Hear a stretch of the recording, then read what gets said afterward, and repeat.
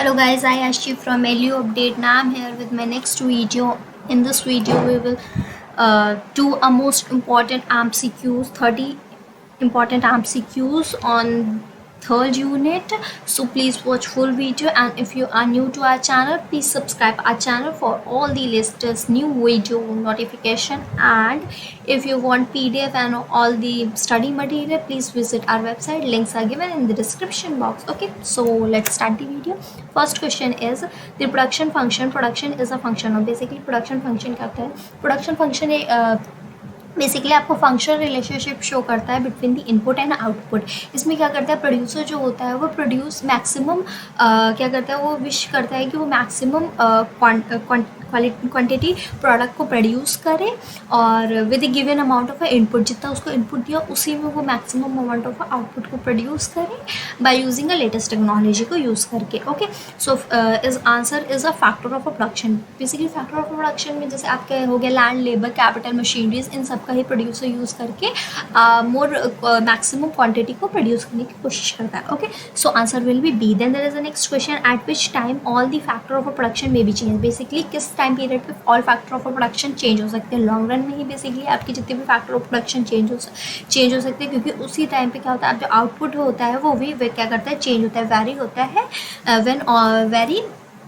when all the factor of production vary in a long run में ही. Okay, so answer will be B, long run. Then there is a next question, which of the following explain the short run production function. Basically इसमें से कौन सा short run production function को show करता है? Basically आपके जो law of variable proportion basically होता है क्या? law of variable proportion state that more and more quantity of the variable factors are applied on the fixed factor. जैसे आपके जितने भी variable factors हो गए, जैसे raw material हो गया, लेबर हो गया, पावर हो गया, इन सबको क्या करता है प्रोड्यूसर, अप्लाई करता है ज़्यादा से ज़्यादा क्वांटिटी में ऑन द फिक्स फैक्टर्स पे. जैसे लैंड हो गया, आपके फिक्स फैक्टर में लैंड हो गया, मशीनरीज हो गई, इन सारे फिक्स फैक्टर पे वेरिएबल फैक्टर्स को मोर एंड मोर क्वांटिटी में अप्लाई करता है. सो इसको हम लोग ये एक्सप्लेन करता है ये एक्सप्लेन जो लॉ ऑफ वेरिएबल होता है वो शॉर्ट रन प्रोडक्शन फंक्शन, क्योंकि शॉर्ट रन प्रोडक्शन फंक्शन जो होता है वो क्लासीफाई फैक्टर, फिक्स्ड फैक्टर को और वेरिएबल फैक्टर, दोनों फैक्टर्स को क्लासीफाई करता है. Okay, so answer will be B, law of variable proportion. Then there is a next question, long run production function is related to. basically long run production function जो होता है वो relate किससे करता है? बेसिकली हम लोग लॉन्ग रन प्रोडक्शन फंक्शन को अदर नेम से हम लोग इसको रिटर्न टू द स्केल ही बोलते हैं, law of return to the scale भी बोलते हैं. बेसिकली इसमें क्या होता है, जितने भी आपके, ये एक ऐसा सिचुएशन है जिसमें आपके जो इनपुट होते हैं, जितने भी इनपुट मतलब यूज़ हो रहे होते हैं प्रोडक्शन में, वो सारे क्या करते हैं, चेंज ऑन हो जाते हैं, वैरी टू चेंज ऑन होते हैं. ओके, सो उसी को हम लोग क्या बोलते हैं, आपका law of return to the scale. Okay, so answer will be law of return to the scale. इसमें बेसिकली यही होता है कि जो आपके स्केल ऑफ प्रोडक्शन है, मतलब सारे इनपुट आपके वैरी करते हैं, इसलिए कि आपका जो भी स्केल ऑफ प्रोडक्शन है उसको इंक्रीज कर सके और जो प्रोड्यूसर है उसको बेनिफिट मिल सके. Okay, so answer will be C, law of return to the scale. Then there is a next question, law of a variable proportion explain 3 stages of the production. In the first stage of the production, basically law of variable proportion जो है आपको वो 3 stages को define करता है. With this diagram you be going to get a clear cut of this stages. Okay, so इसमें क्या होता है कि 3 स्टेजेस को शो करता है. बेसिकली फर्स्ट स्टेज देखिए, इसमें क्या होता है, जो टीपी का कर्व होता है वो इस तरह से होता है और एमपी का कर्व इस तरह से होता है.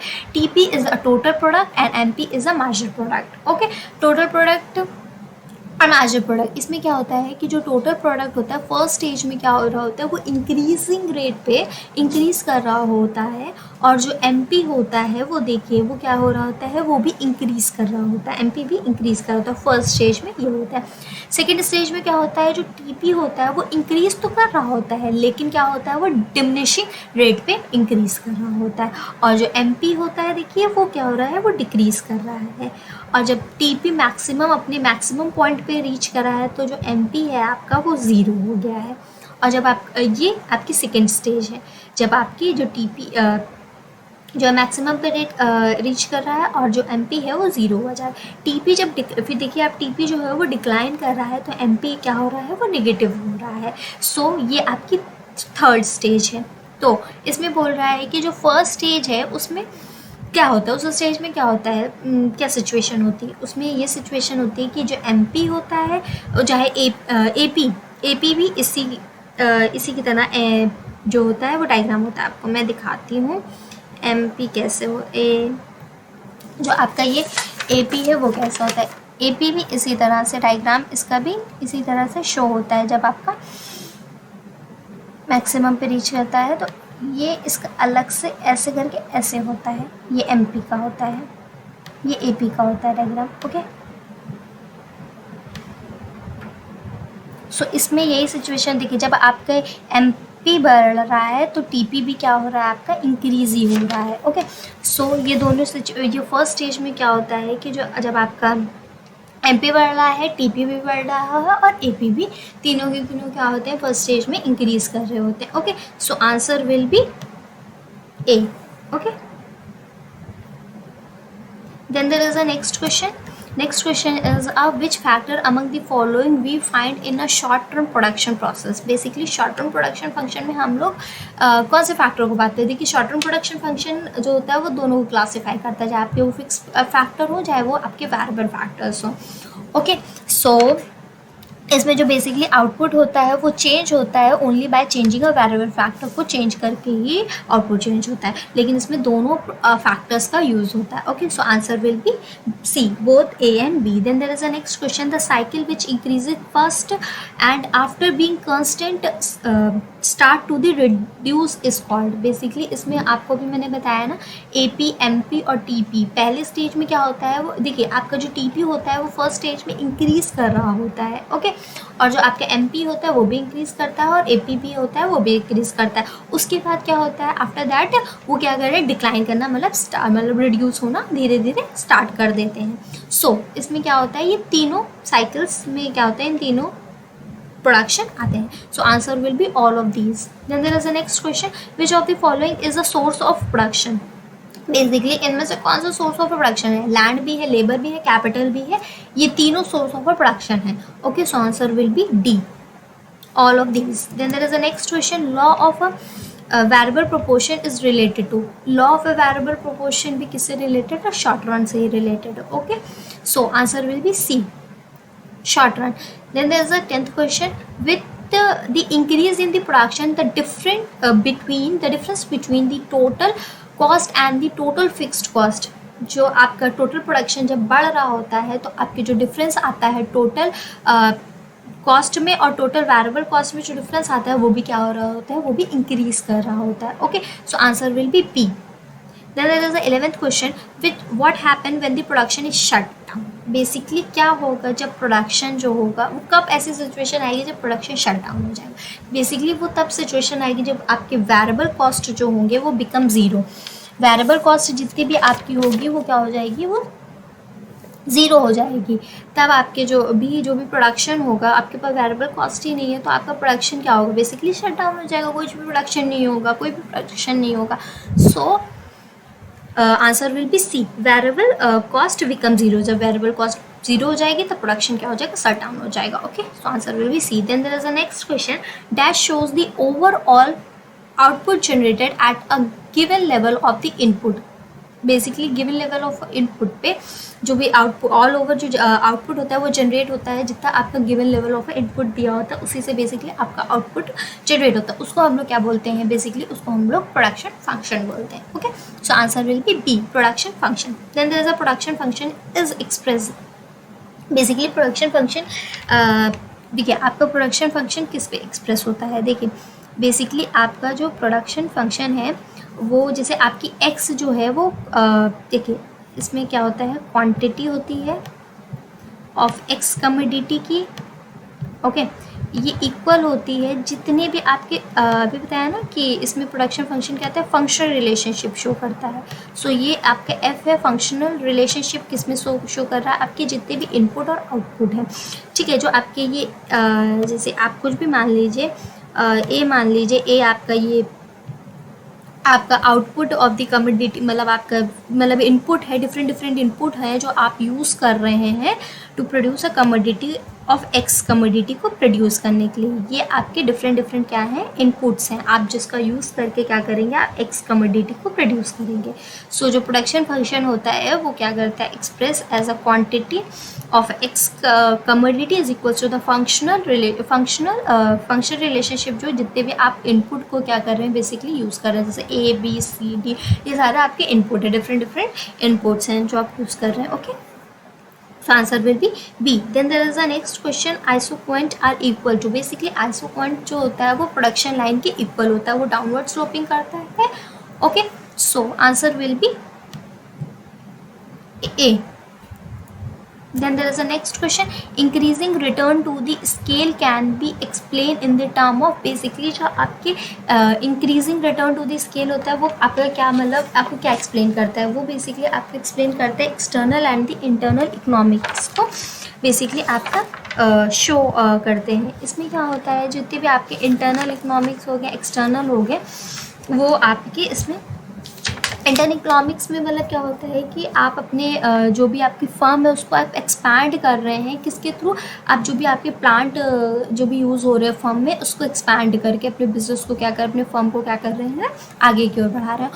और जो आपके एक्सटर्नल इकोनॉमिक्स होते हैं, एक्सटर्नल इकोनॉमिक्स को कैसे आप एक्सपैंड करते हैं, एक्सटर्नल इकोनॉमिक्स में क्या होता है कि आप अपनी फर्म को एक्सपैंड कैसे कर रहे हैं, जितने भी आपकी expansion of the whole industry, आप पूरी इंडस्ट्री का एक्सपेंशन कर रहे हैं, जैसे कि आप चीपर इनपुट का अवेलेबिलिटी है आपके पास, आप इम्प्रूव कर रहे हैं, टेक्नोलॉजीज़ को इम्प्रूव कर रहे हैं, आप सप्लाई ऑफ लेबर जो है वो developed supply of skilled labour का आप यूज़ कर रहे हैं, और जितने भी आप मशीनरीज यूज़ कर रहे हैं वो भी अच्छी टेक्नोलॉजी की यूज़ कर रहे हैं। सो इसके थ्रू क्या कर सकते हैं, एक्सटर्नल और इंटरनल के थ्रू आप क्या कर सकते हैं, जो भी आपका रिटर्न टू द स्केल है मतलब उसको क्या कर सकते हैं, आप इंक्रीज कर सकते हैं रिटर्न टू द स्केल को। Okay, with the help of external and internal economy.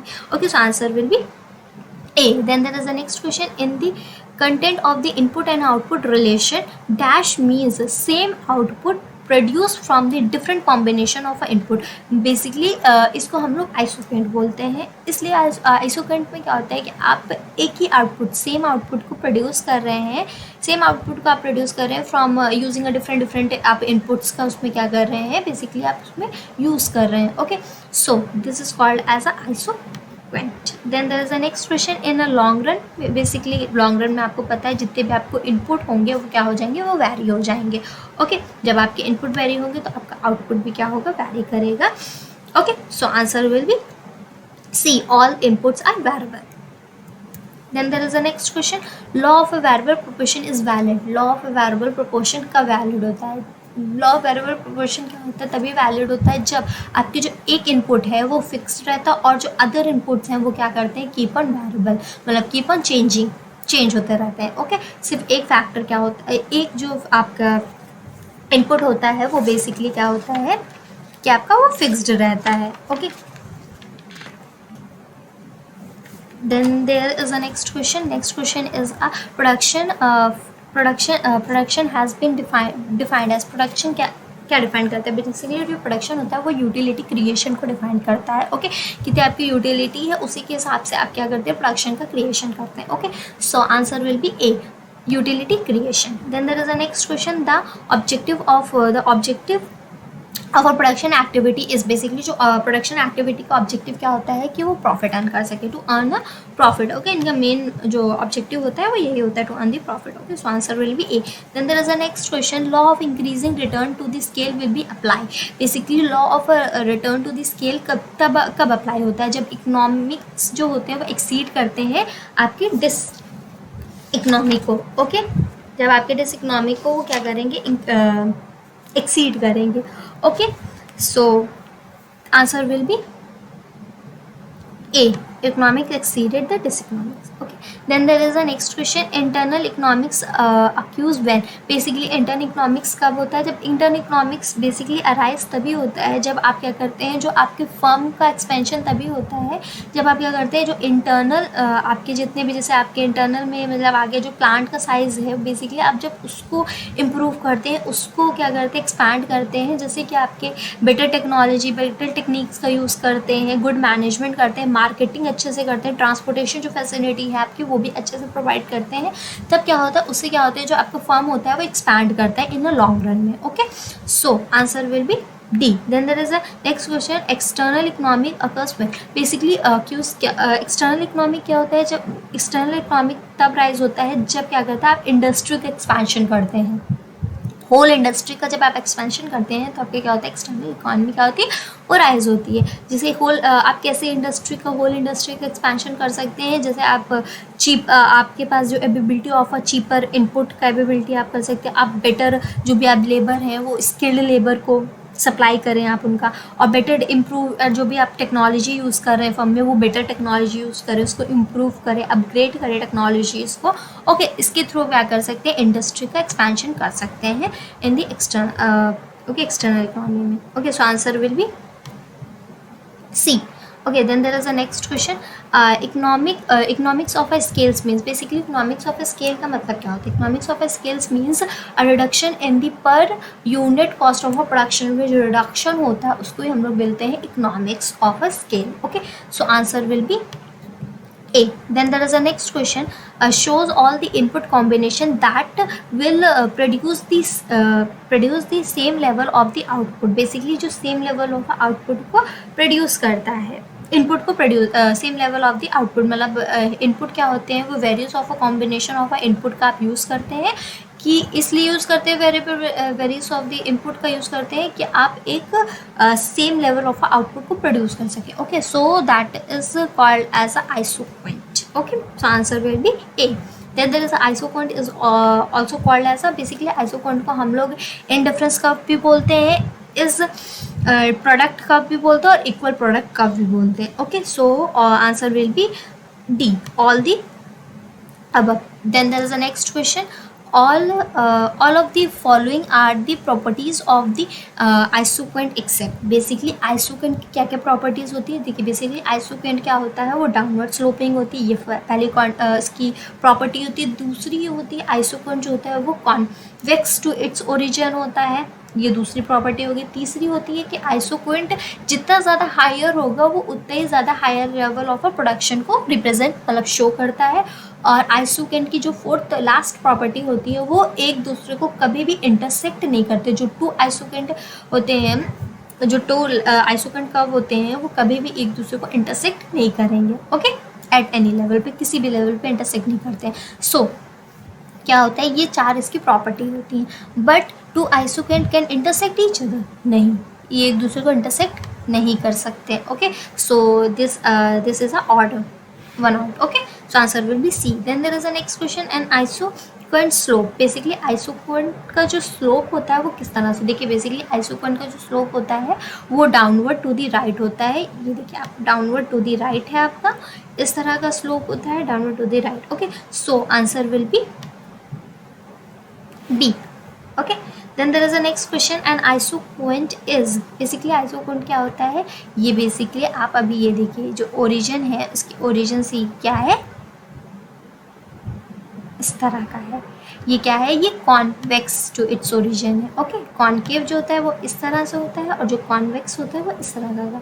So isoquant क्या है, वो डाउनवर्ड स्लोपिंग है और कॉन्वेक्स टू इट्स ओरिजिन है. Okay, so answer will be B. Then there is a next question. क्या लिखा है, condition for the producer equilibrium. Basically इसमें से कौन सी कंडीशन होती है प्रोड्यूसर की इक्विलिब्रियम की. ओके, सो इसमें क्या होता है, जो भी मार्जिनल यूटिलिटी ऑफ एक्स होती है, marginal product of X upon price of the X is equals to the marginal product of a Y upon price of the Y. Okay, इसमें ये इसकी कंडीशन इक्विलिब्रियम कंडीशन होती है. Second condition ये होती है इसकी, ये कंडीशन, दूसरी कंडीशन ये होती है कि जो isoquant should be tangent to the isocost के टैंजेंट होने चाहिए. ओके, ये भी प्रोड्यूसर इक्विलिब्रियम की कंडीशन है. और at a tangent point isoquant should be convex to its origin, convex होना चाहिए. ओके, सो प्रोड्यूसर की इनमें से क्या है, all of these are the condition of the producer equilibrium. Okay, so answer will be D. Then there is the MRTS of x and y is constant if two factors are dash of each other. Basically पहले हम लोग को इस term को समझना पड़ेगा कि इस टर्म का मतलब क्या होता है. MRTS, basically MRT stand for a marginal rate of a technical substitute. Okay, इसका फुल फॉर्म है बेसिकली ये जो होते हैं वो डिमिनिश करते हैं। इसका जो ग्राफ होता है वो डिमिनिशिंग होता है, इसलिए डिमिनिशिंग होता है क्योंकि जो दो इसमें इनपुट और आउटपुट हम लोग यूज़ कर रहे होते हैं, जो दो इनपुट और आउटपुट हम लोग बेसिकली इसमें यूज़ करते हैं, दो इनपुट कौन से हम लोग यूज़ करते हैं इसमें, एक आपका हो गया कैपिटल, एक हो गया आपका लेबर। जो हम लोग दो इनपुट का इसमें यूज़ कर रहे हैं वो दोनों क्या होते हैं, एक दूसरे के क्या होते हैं, परफेक्टली इनपरफेक्ट सब्सटीट्यूट होते हैं बेसिकली। ओके, तो इसलिए क्या होता है कि MRT जो होता है वो डिमिनिश मतलब डिक्लाइन मतलब रिड्यूस कर रहा होता है। ओके, सो बेसिकली क्या होता है इसमें, तो अब क्या इसमें बोला गया है कि MRT क्या हो रहा है वो कांस्टेंट है। कब कांस्टेंट रहेगा, जब जो आपके दो फैक्टर्स हैं, ये लेबर और जो आपके ये जो दो इनपुट्स आप यूज़ कर रहे हैं वो परफेक्टली अगर सब्सटीट्यूट होंगे, अगर एक दूसरे के परफेक्टली सब्सटीट्यूट होंगे, तो जो MRTS जो of X and Y commodity है वो क्या होगा, कंस्टेंट रहेगा बेसिकली। लेकिन MRTCS में क्या होता है वो डिमिनिश करता है। ओके, डिमिनिश इसीलिए करता है क्योंकि वो इनपरफेक्ट सब्सटीट्यूट की तरह, दो जो इनपुट होते हैं वो इनपरफेक्ट होते हैं। ओके, सब्सटीट्यूट होते हैं। Okay, so answer will be A। Okay, thank you guys, I hope you like the video and all the concept will be clear with this video, and if you are new please subscribe our channel, and if you like the video please click on the thumb button and share with your friends, and if you have any queries please mention in the comment box. Okay, thank you.